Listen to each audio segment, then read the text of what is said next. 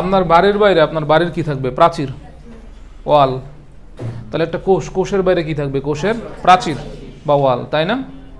বুঝতেছেন?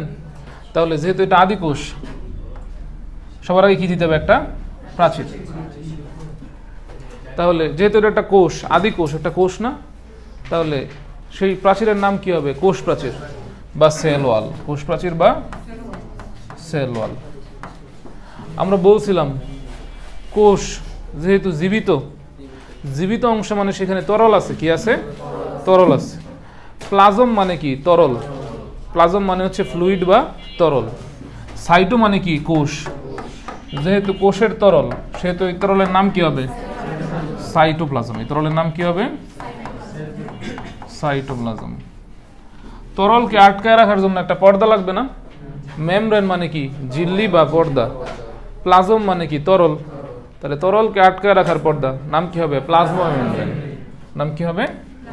Plasma membrane. এই যে তরলকে আটকায় রাখছি, সেটার নাম হচ্ছে প্লাজমা মেমব্রেন বা কোষ ঝিল্লি। ঠিক আছে? এটা কি কোষ? আদি কোষ। আদি কোষের নিউক্লিয়াস কি থাকে না? সুগঠিত থাকে না। এটা আমরা সেই বাচ্চাকাল থেকে পড়তেছি। আদি কোষের ইংরেজি কি? প্রোক্যারিওটিক। প্রোক্যারিওটিক। দেখেন আকাশ, ক্যারিওটিক শব্দটা আসছে ক্যারিয়ন থেকে। কই থেকে? ক্যারিয়ন। ক্যারিয়ন শব্দের মানে হচ্ছে নিউক্লিয়াস। ক্যারিয়ন শব্দের মানে কি? নিউক্লিয়াস। এই প্রো শব্দের মানে হচ্ছে আদি, মানে আগে, সংগঠিত হবার আগের অবস্থা।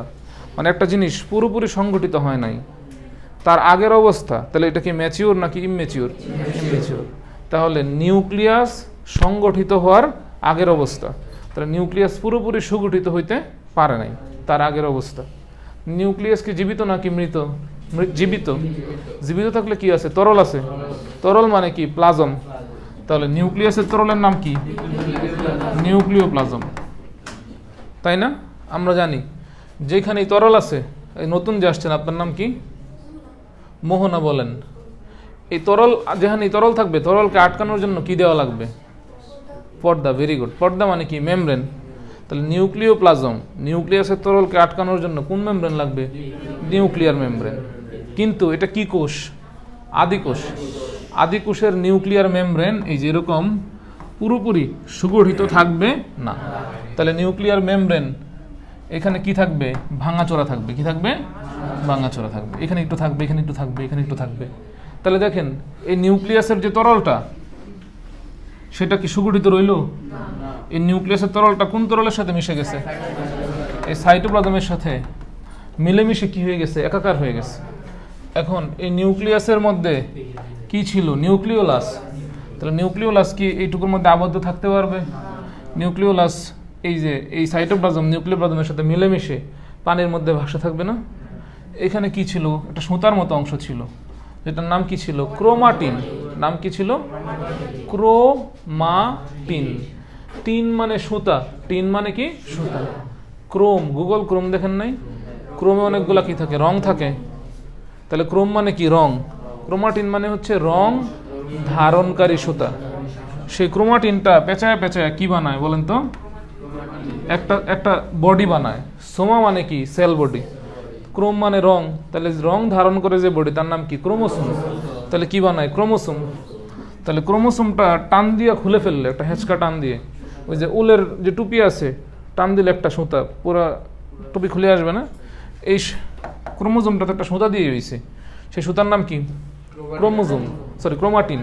তাহলে এই ক্রোমোজোমটা অ্যাকচুয়ালি নিউক্লিয়াসের ভিতরে আছে না? তাহলে সুতাটা যদি আমরা টান দিয়ে খুলে ফেলি, এই সুতাটাকে যদি আমরা এখন জুম করি, এই সুতার মধ্যে কি দেখতে পারবো? ডিএনএ। কি দেখতে পারবো? ডিএনএ। তাহলে ডিএনএ কার মধ্যে আছে? ক্রোমাটিনে। ক্রোমাটিন কার মধ্যে আছে? ক্রোমোজোমে। তাহলে অ্যাকচুয়ালি এইখানেই কি আছে? ডিএনএ আছে। আছে নাকি নাই? আছে। তাহলে ডিএনএ সাধারণত কি থাকে? দ্বিসূত্রক, পেঁচানো, এরকম থাকে না? কিন্তু ব্যাপারটা চিন্তা করেন, এখানে যদি নিউক্লিয়ার মেমব্রেন ঠিকমতো থাকতো, তাহলে এই তরলের মধ্যে ডিএনএটা ঠিক এই দ্বিসূত্রক থাকতো, পেঁচানো থাকতো, সিঁড়ির মতো থাকতো। ঠিক ঠিক আছে, সিঁড়ির মতো পেঁচানো এরকমই থাকতো। কিন্তু এই নিউক্লিয়ার মেমব্রেনটা কি এখানে সুগঠিত না, তাহলে এই কোষের সাইটোপ্লাজম মানে কোষের তরল আর নিউক্লিয়াসের তরল বন্যার পানির মতো অনেক পানি হয়ে গেছে না, তাহলে এই পানির মধ্যে ডিএনএ একবার এইদিকে যেতেছে একবার এইদিকে যেতেছে, তাহলে সেই পেঁচানো সিঁড়ির মতো কি থাকবে, বৃত্তাকার একটা শেপে চলে আসতে চাইবে না। এবং দেখেন ডিএনএ কার মধ্যে ছিল, ক্রোমোজোমের মধ্যে, তাহলে সেই ক্রোমোজোমের ভিতরে তো আটকানো নাও থাকতে পারে, ডিএনএ ক্রোমোজোমের বাইরেও চলে আসতে পারে, পারে কি পারে না, এবং কিছু ডিএনএ এইখানে চলে আসতে পারে, কিছু ডিএনএ এইখানে চলে আসতে পারে, পারে কি পারে না, কারণ পানির মধ্যে ভাসতে ভাসতে কোন দিকে যাবে ঠিক ঠিকানা আছে। তাহলে এই ডিএনএটা কোথায় চলে আসছে, ক্রোমোজোমের বাইরে, কোথায় চলে আসছে, ক্রোমোজোমের বাইরে। তাহলে টিমের বাইরে যে প্লেয়ার থাকে তাকে কি প্লেয়ার বলে, এক্সট্রা প্লেয়ার। তাহলে এই ডিএনএটা কার বাইরে, ক্রোমোজোমের বাইরে, তাহলে এটাকে আমরা কি বলবো, এক্সট্রা ক্রোমোজোমাল ডিএনএ। কি বলবো, এক্সট্রা ক্রোমোজোমাল ডিএনএ বা ক্রোমোজোম বহির্ভূত ডিএনএ বা ক্রোমোজোম বহির্ভূত ডিএনএ। এটাকেই একটু পশ ভাষায়, কি ভাষায়, পশ ভাষায় যারা শহরে থাকে তারা কি নামে ডাকে, প্লাজমিড নামে ডাকে। কি নামে ডাকে, প্লাজমিড। আপনারা তো পশ হইতে চান, তাহলে আপনারাও কি বলবেন, প্লাজমিড। তাহলে আজকে বুঝলেন প্লাজমিড কি। এখন আমি যদি বলি আপনার ব্রেইনের কোষের মধ্যে নিউরনে সাধারণত প্লাজমিড থাকে, কথা সত্য নাকি মিথ্যা, মিথ্যা। কারণ নিউরন একটা কি কোষ, প্রকৃত কোষ, প্রকৃত কোষের ডিএনএ তো দ্বিসূত্রক এবং পেঁচানো সিঁড়ির মতো, এবং কার মধ্যে থাকে, ক্রোমোজোমের মধ্যে। তাহলে প্লাজমিড সাধারণত কোন কোষে থাকতে পারে, আদি কোষে। সবচেয়ে কমন আদি কোষের নাম কি, ব্যাকটেরিয়া। তাহলে ব্যাকটেরিয়া যখন পড়বো তখন আমরা কার নাম শুনতে পারবো, প্লাজমিড। দেখেন সবগুলো পর আপনাদের হয়ে গেছে এখানে। আচ্ছা আরেকটা ব্যাপার, এখানে সাইটোপ্লাজম আর নিউক্লিওপ্লাজম কোনো আছে, মানে কি বলে ভেদাভেদ তো নাই। আমরা যদি এটা একটা পুকুরের সাথে তুলনা করতাম, ঠিক আছে, ধরুন এটা একটা ছোট্ট পুকুর, এখানে একটা মেমব্রেন আছে, এই পুকুরের মধ্যে তার মাছ আটকানো। সাইটোপ্লাজম একটা পুকুর, এই পুকুরটা চারদিকে বাদ দেওয়া, কি দিয়ে বাদ দেওয়া, কোষ ঝিল্লি দিয়ে। এখন এখানে কি হয়ে গেছে, বন্যা হয়ে গেছে। তাহলে বন্যা হয়ে গেলে সব পানি একাকার হয়ে গেলে পুকুরে কি মাছ থাকবে, সব মাছ কি হয়ে যাবে, বের হয়ে যাবে মিলে। মানে মাছ তো ধরেন এটা পুকুর, বন্যার পানি যদি যাইতেছে, যদি পার ভেঙে যায় তাহলে মাছ তো এখানে থাকবে না, মাছ এই সব বের হয়ে যাবে না। আলটিমেটলি ধরেন এই সাইটোপ্লাজম নামক পুকুরের মধ্যে অনেক বড় বড় কিছু মাছ আছে। একটা বড় মাছের নাম মাইটোকন্ড্রিয়া, আর একটা বড় মাছের নাম প্লাস্টিড, আর একটা বড় মাছের নাম এন্ডোপ্লাজমিক রেটিকুলাম। কিছু ছোট ছোট মাছও থাকে, রাইবোজোম থাকে না। বড় মাছগুলো সব কি হয়ে যাবে, বের হয়ে যাবে। তাহলে এখানে কোনো বড় মাছ থাকবে না, থাকবে কি, ছোট্ট একটা মাছ। সেই ছোট্ট মাছের নামটা কি বলেন তো, রাইবোজোম। তাহলে মোট কথা হচ্ছে আদি কোষে শুধুমাত্র অঙ্গাণু হিসেবে কি থাকে, রাইবোজোম থাকে, আর কোনো অঙ্গাণু থাকে না। তাহলে দেখেন আপনারা অলরেডি সব পারেন। ব্যাকটেরিয়া কি, আদিকোষী।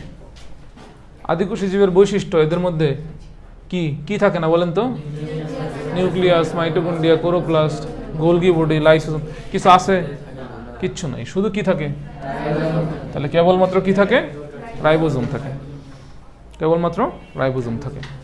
তারপর কি বলছে, কোষে একটি দ্বিসূত্রক অখণ্ড, কিন্তু এটা কি কার্যত, কিন্তু আমরা জানি ডিএনএ সাধারণত কি দ্বিসূত্রক পেঁচানো সিঁড়ির মতো, কিন্তু এটা ডিএনএটা কিরকম, বৃত্তাকার।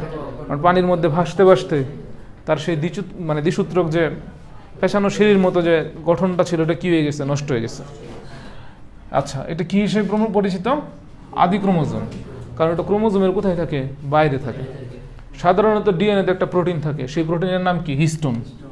কিন্তু এটার মধ্যে কোনো হিস্টোন প্রোটিন থাকে না, কারণ পানির মধ্যে ভাসতে ভাসতে হিস্টোন পানির কোন জায়গায় পড়ে গেছে, ডুবে গেছে, এটা কেউ জানে, কেউ জানে না। বুঝছেন না, আসলেই তো বুঝছেন নাকি। আচ্ছা, ব্যাকটেরিয়াকে উদ্ভিদের সাথে মিল সম্পন্ন মনে করা হইতো কেন, কারণ উদ্ভিদে কি আছে, কোষ প্রাচীর, ব্যাকটেরিয়াতেও কি আছে, কোষ প্রাচীর। এই পড়াটুকু আমরা এই যে পড়লাম,